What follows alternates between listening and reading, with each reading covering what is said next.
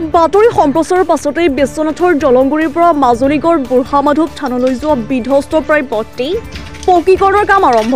অৱশেষতো ধাৰাবাহিকভাৱে বাতৰি সম্প্ৰচাৰৰ পাছতেই গা লৰিল গড়কাপ্তানি বিভাগৰ। বিশ্বনাথ জিলা পথ সংমণ্ডলৰ অধীনস্থ জলংগুৰিৰ পৰা মাজুলীগড় চাহ বাগিচা বুঢ়ামাধৱ থানলৈ যোৱা এই ব্যস্ততাপূৰ্ণ পথটি একেবাৰে খাল আৰু ঠেক হৈ পৰা বিধ্বস্তপ্ৰায় অৱস্থা আছিল।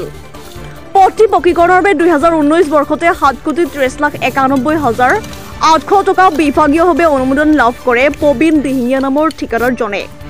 কামৰ গাফিলতিৰে নামমাত্ৰ বালিশিল মাটি পেলাই কাম সামৰে ঠিকাদাৰ প্ৰবীণ দিহিঙীয়াই। দীৰ্ঘদিন ধৰি অৰ্ধ সমাপ্ত হৈ ৰোৱা পথটি পকীকৰণৰ বাবে ৰাইজে একাধিকবাৰ আবেদন নিবেদন কৰাৰ পাছতো পোৱা নাছিল কোনো ধৰণৰ সুফল। অৱশেষতো বিভিন্ন সংবাদ মাধ্যমত ধাৰাবাহিকভাৱে বাতৰি সম্প্ৰচাৰৰ পাছতেই গড়কাপ্তানি বিভাগৰ লগতে ঠিকাদাৰজনৰ গা লৰিল। আজি কিছুদিন ধৰি এই পথটিৰ কাম আৰম্ভ হোৱা পৰিলক্ষিত হৈছে। উল্লেখ্য যে 2020 চনৰ 17 জুন তাৰিখে সাংসদ পল্লৱ লোচন দাসে দলংগুৰিৰ পৰা মাজুলীগড় চাহ বাগিচা বুঢ়ামাধৱ থানলৈ যোৱা পথটি পকীকৰণৰ আধাৰশিলা স্থাপন কৰিছিল। যদিও পথটিৰ কাম স্থবিৰ হৈ পৰাত ৰাইজে অসন্তুষ্টি প্ৰকাশ কৰে।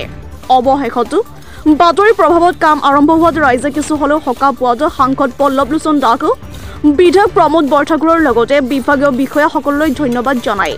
অতি শীঘ্ৰে উক্ত পথটি পকীকৰণৰ লগতে মাজুলীগড়লৈ যোৱা RCC-RHৰ অৰ্ধ সমাপ্ত দলংটো সম্পূৰ্ণ কৰাৰ দাবী জনাই স্থানীয় ৰাইজে। বিশ্বনাথৰ পৰা ইছা 24x7।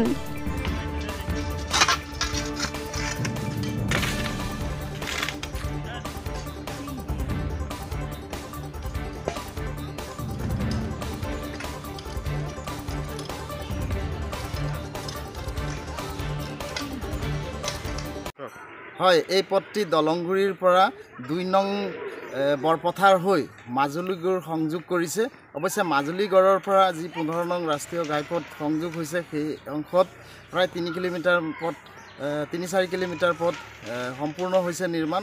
কিন্তু এয়া দেখা পাইছোঁ যে প্ৰায় 3-4 কিলোমিটাৰ পথ আধৰুৱা হৈ থাকি গৈছে আৰু এই পথ চোৱাৰ বাবে যথেষ্ট ৰাইজে দুৰ্ভোগ ভুগিছে। এই পথেদি ছাত্ৰ ছাত্ৰীৰ লগতে মাজুলীগড় চাহ বাগিচাৰ ফেক্টৰীৰ গাড়ী বা চাহপাত বা কৰ্মচাৰীসকল অহা যোৱা কৰে।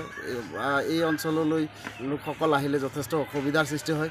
আমিও কৰ্মসূত্ৰে বৰপথাৰ অঞ্চললৈ অহা যোৱা কৰাত যথেষ্ট অসুবিধা পাইছিলোঁ আৰু এই প্ৰসংগত আপোনাৰ চেনেলৰ জৰিয়তে আমি বাতৰি সম্প্ৰচাৰ কৰা দেখা পাইছিলোঁ আৰু আপোনাক এই সুযোগতে ধন্যবাদ জ্ঞাপন কৰিছোঁ।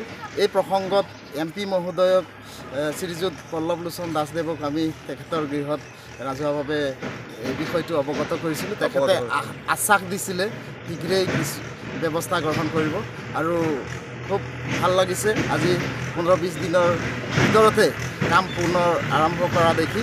গতিকে এই সুযোগতে তেখেতক ধন্যবাদ জ্ঞাপন কৰিছোঁ। লগতে বিভাগীয় ঠিকাদাৰজনকো আমি ধন্যবাদ জ্ঞাপন কৰিছোঁ আৰু এটাই অনুৰোধ, এই কামটো যাতে আধাৰকে এইবাৰ ৰাখি নিদিয়ে, ধাৰাবাহিকভাৱে সম্পূৰ্ণ কৰি দিয়ে, সেয়ে আমাৰ অনুৰোধ। ধন্যবাদ। সম্প্ৰচাৰৰ পিছতেই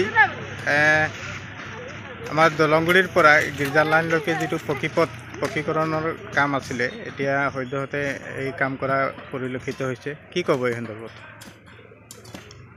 আপোনালোকৰ যোগেদি সংবাদ মাধ্যমৰ যোগেদি প্ৰচাৰ হোৱা বুলি গম পাইছিলোঁ।